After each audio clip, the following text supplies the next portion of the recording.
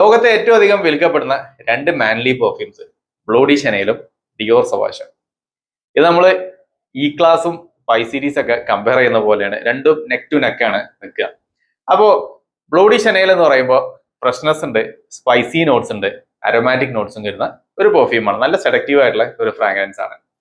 Dior സവാഷ് എന്ന് പറഞ്ഞാൽ freshness ഉണ്ട്, ഇതിലും അരോമാറ്റിക് നോട്ട്സും ഉണ്ട്, സ്പൈസി നോട്ട്സും ഉണ്ട്. പക്ഷെ ഇതിലെ സ്പൈസിയിൽ ഇവിടെ കുറച്ച് പെപ്പറിന്റെ ഫ്രാഗ്രൻസും കൂടി എക്സ്ട്രാ വരുന്നുണ്ട്.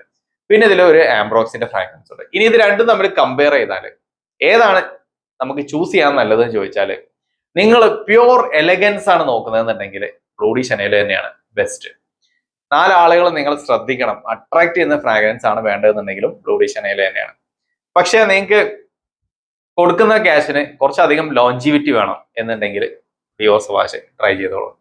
മാത്രമല്ല ഈ ഫ്രാഗ്രൻസ് അത്ര അധികം കോമൺ അല്ല. ഡിയോർ സവാഷിന്റെ ക്ലോൺസ് ഉണ്ടെങ്കിൽ കൂടിയിട്ട് ഇതേ ഡി എൻ എയിലുള്ള പെർഫ്യൂംസ് നമ്മൾ അത്ര അധികം കാണാറില്ല. പക്ഷെ ബ്ലോഡി ഷനേലിന്റെ ആ ഒരു ഡി എൻ എയിൽ നമുക്ക് ഒരുപാട് പെർഫ്യൂംസ് കാണാൻ പറ്റും.